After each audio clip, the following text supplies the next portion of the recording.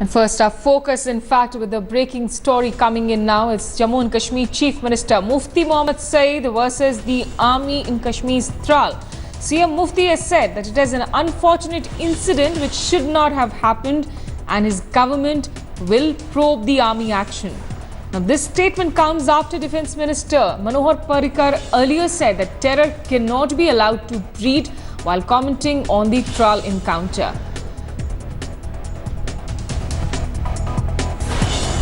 So joining me now from Srinagar is our colleague Shuja ul Haq. Shuja, take us through what exactly has Mufti Mohammed Saeed said. Well, Smita, this is the first statement that is coming out from the government, on this incident. And what Mufti Saeed has said today, in a sense, goes against what the army has been saying since the very inception of this entire matter. In fact, today in the morning, the defense minister had, clearly supported the army and said that the terror cannot be allowed to breed, and the incident should be looked into that in that sense.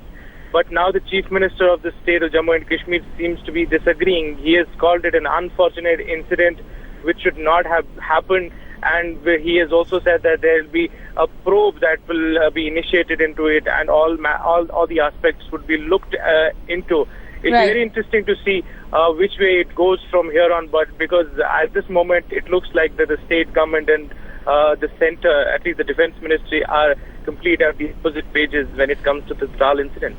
Well, Gaurav Sawant, in fact, a colleague, the Strategic Affairs editor, also joining me now from the newsroom. Gaurav, Parrikar there, of course, making that statement. We do know, as far as the centre's position on AFSPA is concerned, the defence minister perhaps right in going ahead with those positions. But, in terms of the Tral killing specifically, has he spoken a bit too soon in terms of trying to back the army here?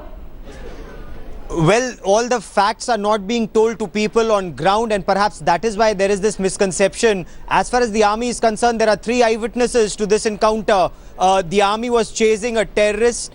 There is an area commander of the Hizbul Mujahideen who was hiding in those forests. The army was chasing that terrorist. His brother, who is a registered overground worker of the Hizbul, had gone to the forest to meet his brother along with some locals. Now, that is where the army had an encounter. One army soldier has been injured in this encounter. He had to be lifted out of the Tral forest and taken to the Srinagar hospital because of gunshot injuries. So there was an encounter, there was an exchange of fire in which this local who went to meet his brother in the forest was killed in crossfire. 3 other friends of his who had gone with him into that forest, they survived and they ran to the army for protection. The army did not kill people indiscriminately, and these are facts that are not being told to people on ground.